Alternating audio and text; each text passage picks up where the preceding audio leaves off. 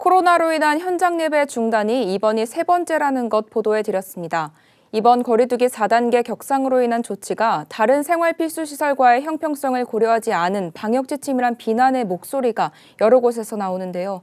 정부의 조치에 대한 교회의 입장들을 들어봤습니다. 박은결 기자입니다. 수도권의 사회적 거리두기 4단계 격상으로 2주간 수도권 내 주일과 주중예배, 새벽예배가 비대면으로 전환되고 교회가 주관하는 모든 모임과 행사, 숙박이나 식사가 전면 금지됩니다. 참석 제한 인원에서 제외하겠다던 백신 접종자도 예외는 아닙니다. 현장 예배 중단에 교회들은 당혹감을 감추지 못하고 있습니다. 거리두기 1단계의 경우 좌석수의 30%, 2단계의 경우 20%로 축소해 대면 예배를 허용했었는데 거리두기 격상 전에도 10시까지 운영 가능했던 다중이용시설이 4단계에서도 동일한 기준을 적용한 것과 비교하면 교회에만 강도 높은 조치를 내린 게 아니냐는 겁니다. 상가도 이렇게 다 영업을 다 하고 우리는 비대면으로 딱 끊어버리니까. 상가 운영도 일부 제한은 되지만 교회는 완전히 막아버리는 것이어서 일부 교회들은 막막함을 토로했습니다.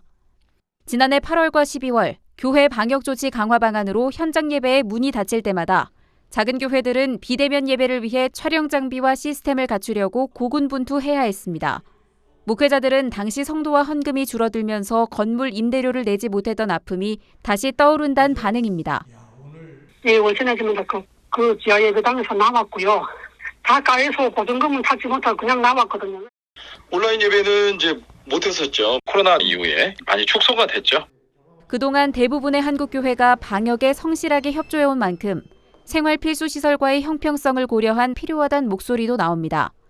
4단계 진입은 정부의 책임인데 이걸 소상공인이나 아니면 우리 교회에다가 압박을 해서 활동을 못하게 하는 것은 비합리적이다. 교회가 그동안 노력한 그런 결과도 있기 때문에 단계를 올리는 과정에서도 정부가 교회는 자율성에 맡겨주면 좋겠다. 대한예수교장로회 총회도 성명을 내고 선별적 방역의 부당성을 밝히는 데 힘쓸 것이라며 예배 제한을 멈춰줄 것을 촉구했습니다. 한편으론 비대면 예배 방침이 정해진 이상 정부의 방역 지침을 준수하며 협력하겠다는 입장을 밝히는 교회도 있었습니다. 그리고 생각하던 많은 프로그램들을 전혀 못하게 돼서 교회적으로 타격은 있죠. 예수님께서 먼저 섬기셨다는 마음 갖고 그냥 우리가 먼저 낮아지자는 마음 갖고 예배 온라인으로만 진행을 했고요. 예수님도 세상에서 미움을 받으셨고 그래서 늘 우리는 그리스도인들이라는 거, 교회라는 건 세상으로부터 미움을 받는 게 너무나 당연한 거라고 저는 생각을 합니다. 앞으로 교회가 그리고 그리스도인들이 어떤 믿음과 그리고 믿음에 따른 어떤 삶으로 나아가는가가 굉장히 중요한 과제가 아닌가라는 생각이 듭니다. 방역당국의 지침에 한국교회가 적극적으로 협력해온 만큼 당국도 교회와 적극적으로 소통하며 해법 모색에 나서야 할 걸로 보입니다.